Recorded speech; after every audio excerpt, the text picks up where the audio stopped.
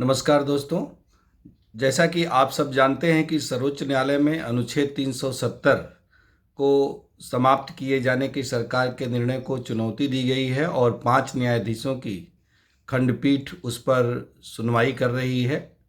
जिसमें मुख्य न्यायाधीश DY चंद्रचूड़ जी भी शामिल हैं। इस मुद्दे पर सुनवाई के दौरान कल एक बहुत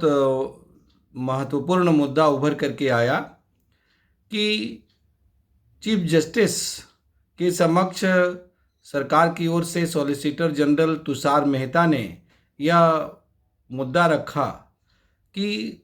कपिल सिब्बल, जो कि याचिकाकर्ताओं के पक्ष से अधिवक्ता हैं, वह जिस की ओर से मुकदमा लड़ रहे हैं, जम्मू कश्मीर के नेता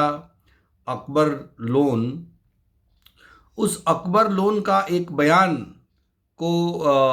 उद्धृत किया गया सुप्रीम कोर्ट में तुषार मेहता सॉलिसिटर जनरल के द्वारा। इसमें यह कहा गया कि अकबर लोन ने जम्मू कश्मीर की विधानसभा में पाकिस्तान जिंदाबाद के नारे लगाए थे। ऐसे में कोई व्यक्ति जो भारत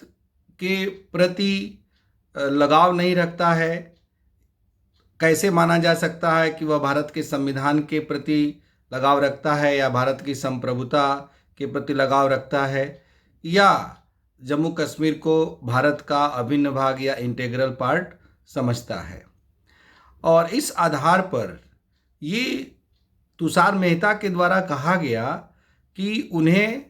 सर्वोच्च न्यायालय में स्पष्ट रूप से एक एफिडेविट देना चाहिए, जिसमें इस बात का स्पष्ट रूप से उल्लेख हो अकबर लोन की ओर से कि वे भारत की प्रभुता और अखंडता का सम्मान करते हैं और वे अलगाववाद और आतंकवाद का विरोध करते हैं और जम्मू कश्मीर को भारत का अभिन्न भाग मानते हैं। सुप्रीम कोर्ट ने तुषार मेहता के इस तर्क को स्वीकार करते हुए अकबर लोन की ओर से उनका पक्ष प्रस्तुत कर रहे अधिवक्ता वरिष्ठ वकील कपिल सिब्बल से स्पष्ट रूप से कहा कि इस बात में किसी भी प्रकार की आपत्ति नहीं होनी चाहिए कि कोई भारत का नागरिक है तो वह भारत की प्रभुता और अखंडता के प्रति सम्मान व्यक्त करने की बात कहे और जम्मू कश्मीर को भारत का अभिन्न भाग माने। इसलिए अकबर लोन को निश्चित रूप से इस आशय का एक प्रस्ताव या इस आशय का एक एफिडेविट या शपथ पत्र सर्वोच्च न्यायालय में दायर करना चाहिए। प्रारंभ में तो कपिल सिब्बल ने आनाकानी की। उन्होंने कहा कि हम एक दूसरे मुद्दे पर यहाँ पर बहस कर रहे हैं। अनुच्छेद 370 को जिस तरह से समाप्त किया गया है उस मुद्दे पर चर्चा कर रहे हैं कि क्या सरकार का यह निर्णय उचित था या नहीं था, उसकी संवैधानिकता पर, उसकी कॉन्स्टिट्यूशनलिटी पर चर्चा परिचर्चा हो रही है। इसलिए यहाँ पर इस मुद्दे को नहीं उठाया जाना चाहिए। जबकि दूसरी ओर तुषार मेहता ने कहा कि यह एक बहुत गंभीर मुद्दा है और इसको इतने हल्केपन में नहीं छोड़ा जा सकता, क्योंकि एक व्यक्ति जो भारत की न्यायिक प्रणाली से, भारत के न्यायालय से अनुच्छेद 32 के तहत वह कोई राहत चाहता है तो निश्चित रूप से उसे भारत के प्रति, भारत के संविधान के प्रति, भारत की एकता और अखंडता के प्रति और भारत की संप्रभुता के प्रति अपनी प्रतिबद्धता और अपने विश्वास को व्यक्त करना होगा। और इसमें किसी भी सच्चे भारतीय नागरिक को किसी भी प्रकार की आपत्ति भी नहीं होनी चाहिए। कपिल सिब्बल ने कहा कि यहाँ हम इस मुद्दे पर चर्चा नहीं कर रहे हैं, इसलिए इस मुद्दे को अनावश्यक रूप से उठाया जा रहा है। यहाँ तक उन्होंने एक स्पेशल टर्मिनोलॉजी का प्रयोग किया। उन्होंने कहा कि कॉन्स्टिट्यूशन का इमोटिव मेजॉरिटेरियन इंटरप्रिटेशन जैसा कि किया जा रहा है यह यहाँ पर सही नहीं है और अनावश्यक रूप से एक मुद्दे को उछाल करके मेरे क्लाइंट अकबर लोन को ज़बरदस्ती उनके ऊपर दबाव बनाया जा रहा है, जो ये ठीक नहीं होगा। दरअसल यहाँ पर इस शब्दावली पर भी ध्यान देने की बात है कि संविधान की बहुमत पर आधारित भावात्मक व्याख्या, अब ये क्या है? जैसे ऐसा प्रतीत होता है कि बहुमत या मेजॉरिटी का होना या इस आधार पर किसी भी बात को कहना इस देश में मानो एक अपराध है, एक गुनाह है। यदि मेजॉरिटोरियन इंटरप्रिटेशन ऑफ कॉन्स्टिट्यूशन नहीं होगा तो क्या माइनॉरिटी के आधार पर कॉन्स्टिट्यूशन का इंटरप्रिटेशन होगा?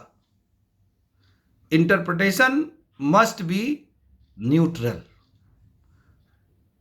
न तो कोई माइनॉरिटी ना कोई मेजॉरिटी। संविधान क्या कहता है, खुद कॉन्स्टिट्यूशनल स्पिरिट क्या है, इसके आधार पर किसी भी चीज़ की व्याख्या होती है। और हमारे सर्वोच्च न्यायालय के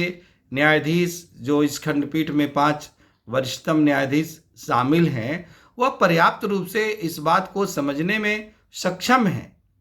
इसलिए उनसे ये कहने का कोई औचित्य नहीं है कि क्यों संविधान की एक बहुमत आधारित भावात्मक व्याख्या की जा रही है और उस भावनात्मक मुद्दे को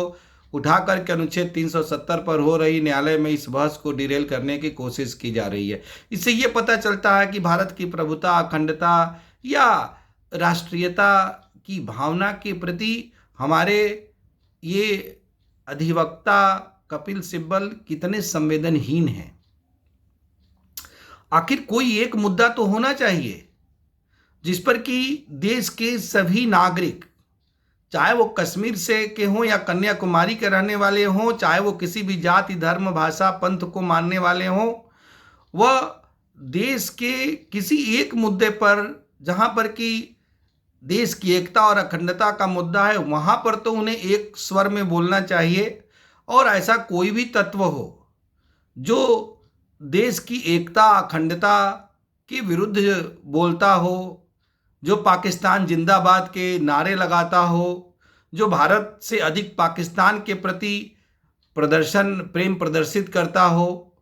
अलगाववाद और आतंकवादी तत्वों के साथ संलिप्तता रखता हो,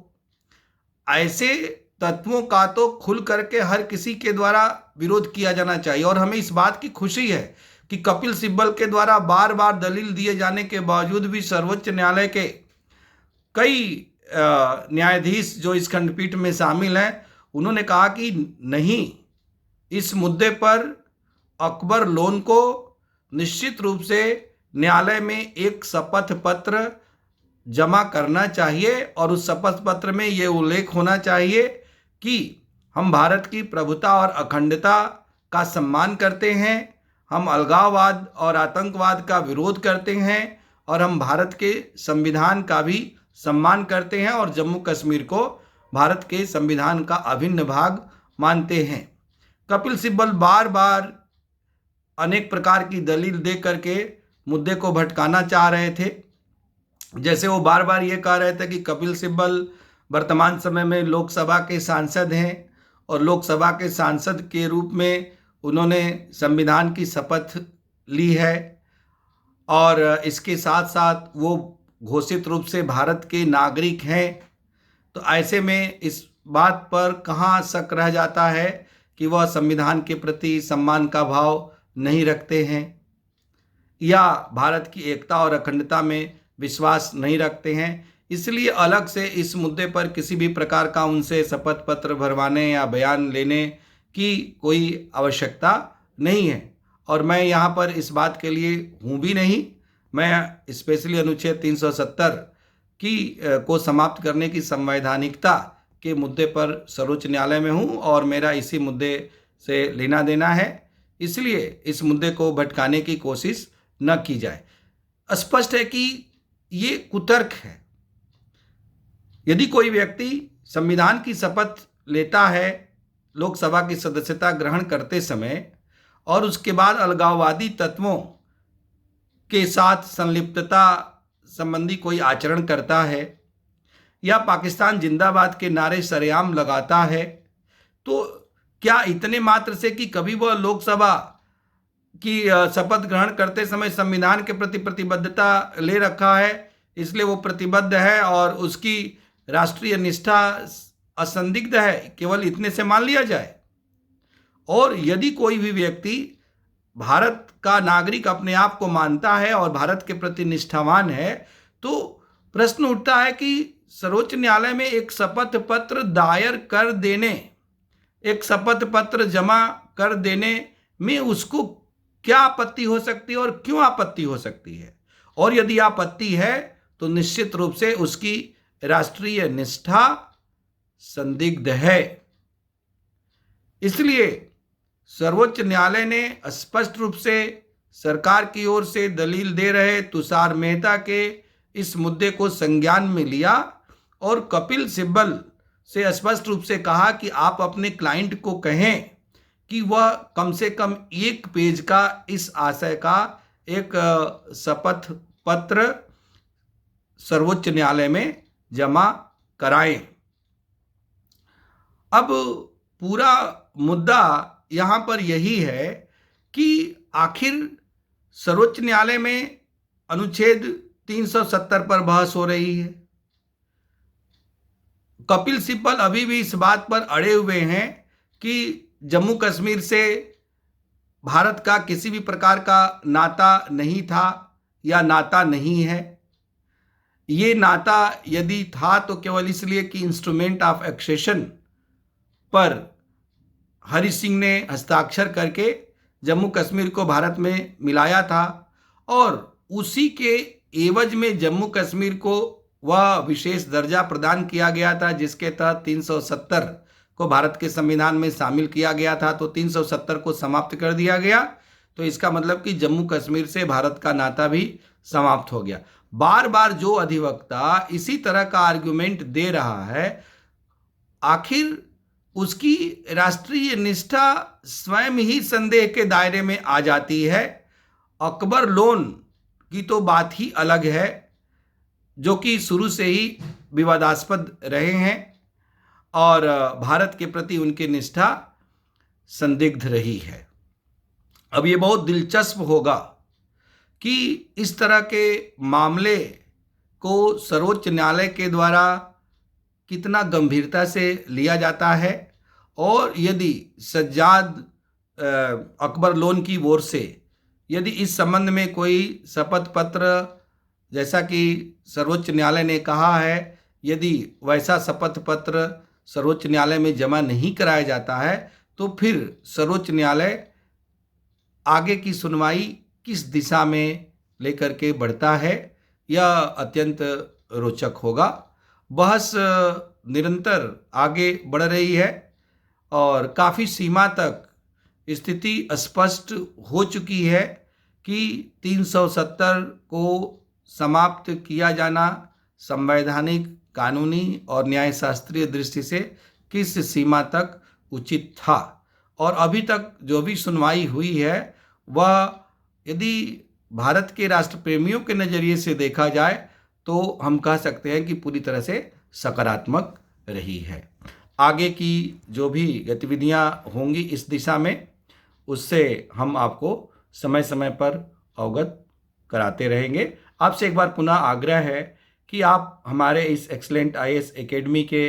यूट्यूब चैनल को अधिक से अधिक सब्सक्राइब करें और आप इसे लाइक करें, ताकि हम और अधिक प्रोत्साहित हों आपको तथ्य परक विवेचन और विश्लेषण उपलब्ध कराने के लिए। धन्यवाद।